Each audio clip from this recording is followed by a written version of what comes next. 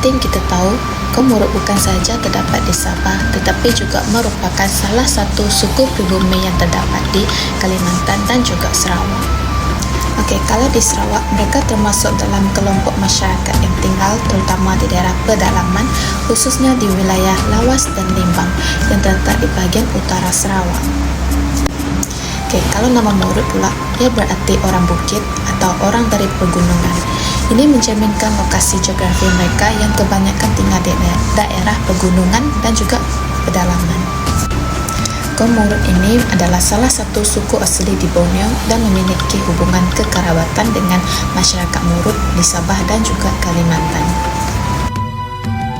Kaum Murut ini secara tradisionalnya adalah ladang yang berpindah yang mengandalkan penanaman padi, berburu dan juga mengumpulkan hasil hutan.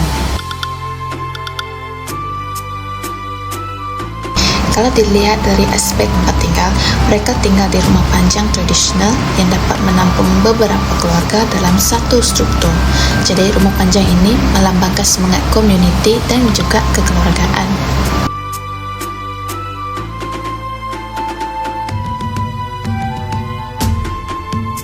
Dalam kepercayaan tradisional, sebelum menerima agama-agama besar, kaum Murut turut menganut kepercayaan animisme yang melibatkan pemujaan terhadap roh nenek moyang dan juga alam.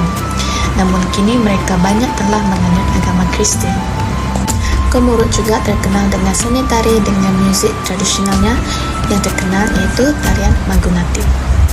Tarian Magunatip ini melibatkan gerakan cepat di antara tongkat bambu yang digerakkan. Jumlah kaum Murut di Sarawak adalah kecil dibandingkan dengan suku pribumi yang lain seperti Iban, Bidayuh dan juga Melanau. Hal ini kerana migrasi dan asimilasi budaya yang berlaku menyebabkan sebahagian daripada mereka telah berpindah ke bandar, namun sebahagian besar masih tinggal di pedalaman. Data populasi spesifik mungkin sulit untuk didapatkan kerana kaum Murut ini digolongkan dalam kelompok orang Ulu yang merupakan istilah kolektif untuk suku-suku kecil yang terdapat di Sarawak.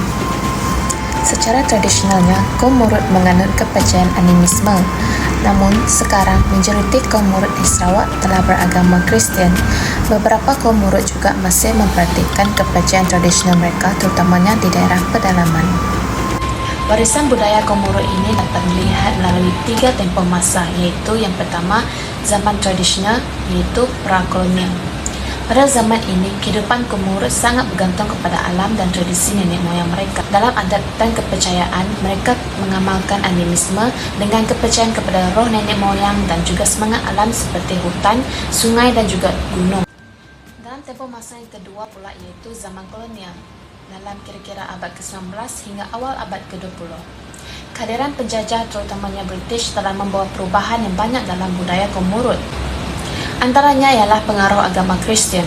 Sebahagian besar kaum Murut telah memeluk agama Kristian yang menyebabkan perubahan dalam adat istiadat dan juga kepercayaan tradisional mereka.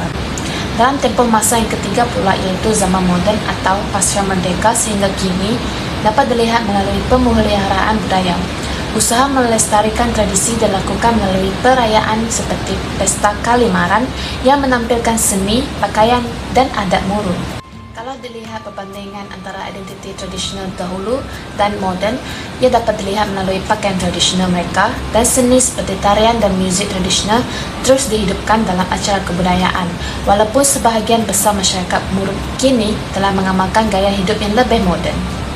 Kalau dilihat dari segi bahasa pula, bahasa Murut masih digunakan dalam sesetengah kalangan Murut, tetapi mereka berhadapan dengan ancaman kepupusan. Jadi, usaha pemeliharaan melalui pendidikan dan dokumentasi semakin digiatkan supaya bahasa Murut terus digunakan oleh kaum Murut ini sendiri. Jadi, bentuk warisan Murut berkembang dari adat istiadat tradisional yang berkait rapat dengan alam kepada bentuk moden yang menyeimbangkan antara tradisi dengan pengaruh luar. Dalam upacara adat kematian masyarakat Murut, mereka akan mengebumikan mayat bergantung kepada punca kematian seseorang itu. Sesuatu kes kematian perlu diuruskan dengan tertib dan baik dengan mengikuti adat-adat mereka tertentu. Hal ini adalah bertujuan untuk mengelakkan daripada berlakunya sebarang bencana ataupun musibah. Terdapat 3 proses dalam pengebumian mayat dalam kaum Murut, iaitu semasa kematian, semasa pengebumian dan selepas pengebumian. Masa kematian, ahli keluarga si mati akan memukul gong, dan ketika gong ini dipukul, semua penduduk perlu berhenti daripada melakukan aktiviti masing-masing. Dan jika terdapat penduduk tidak berhenti daripada melakukan pekerjaan semasa gong dipukulkan, seluruh penduduk akan didenda, iaitu memberi seekor khinzir kepada ahli keluarga si mati. Selepas itu, mayat akan dimandikan dan dipakaikan dengan pakaian yang cantik serta bersih. Seterusnya adalah mayat akan berada di rumah selama 2 hari sebelum dimasukkan ke dalam tajau, iaitu bengkalan kaum Murut. Tajau ini akan ditutup dengan kayu dan di atasnya diletakkan lampu kecil bagi menakutkan hantu dalam kepercayaan kaum Murut. Pada hari kedua pula, tajau akan dibawa keluar dari bilik tepat pukul 12.30 malam, dan ketika ini ahli keluarga akan bertangis-tangisan sambil mengelilingi tajau tersebut. Pada hari ketiga pula, kaum lelaki akan pergi ke tanah perkuburan untuk membaiki perkuburannya sekira terdapat kerosakan. Pada malam keempat, mereka akan bersukaria sebagai tanda menghormati malam terakhir si mati berada di rumah. Keesokan harinya, tajau mayat akan diusung dengan menggunakan usungan kayu ke tanah perkuburan. Ketika inilah ahli keluarga perempuan si mati akan menangis kerana mereka percaya akan roh si mati akan selamat ke syurga dan bertujuan mengucapkan selamat jalan.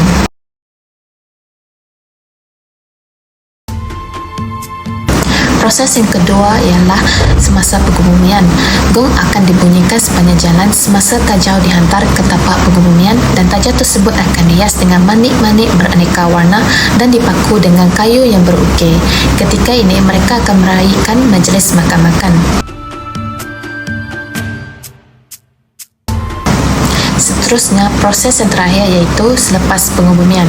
Ahli keluarga akan meletakkan 3 potongan bara setelah 4 hari tajau berada di tanah perkuburan. Bara-bara tersebut akan dikawal apinya oleh keluarga si mati supaya roh si mati tidak dapat meniup api tersebut, kerana mereka percaya sekiranya si mati dapat meniup api sehingga menyala, kemungkinan rumah tersebut ditimpa bencana. Jadi adat tolak bala akan diadakan bagi menandakan pantang larang adat kematian sudah selesai. Proses pengebumian dilaksanakan dengan mengebumikan mayat di dalam satu tajau dengan cara menundukkan si mati. Kedua-dua lutut dirapatkan di bahagian dada dan bahagian dagu diletakkan di atas kedua-dua lutut. Kemudian tajau tersebut dicantumkan semula dan ditutup.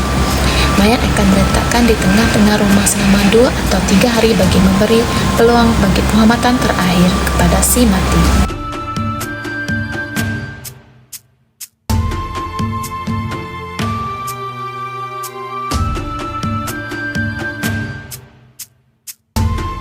Pendokumentasian adalah proses merekodkan dan mendokumentasikan warisan budaya dalam bentuk tulisan, rakaman audio, video, gambar atau sebarang medium lain untuk tujuan pemeliharaan, pendidikan dan pewarisan kepada generasi yang akan datang.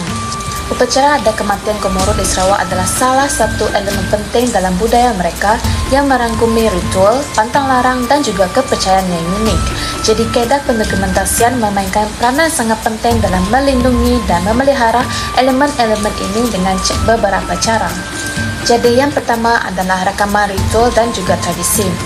Okey, proses ritual adat kematian seperti upacara, pengurusan jenazah, doa dan nyanyian khas serta simbolisme yang digunakan boleh direkodkan dalam bentuk video atau juga tulisan. Sebagai contoh, ada pemakaian pakaian tertentu untuk si mati atau penggunaan barang-barang adat seperti gong, tikar boleh dijelaskan dengan terperinci. Yang kedua ialah penerangan makna dan juga kepercayaan. Elemen kepercayaan dan makna simbolik dalam adat kematian seperti kepercayaan terhadap roh nenek moyang dan dunia selepas mati dapat didokumentasikan untuk memastikan pemahaman mendalam terhadap aspek spiritual kaum Murut. Jadi secara keseluruhannya, pendokumentasian membantu memastikan adat kematian kaum Murut kekal relevan dan difahami oleh generasi seterusnya, selain melindungi warisan budaya ini daripada terhapus akibat modernisasi dan urbanisasi. Itu saja daripada saya. Sekian, terima kasih.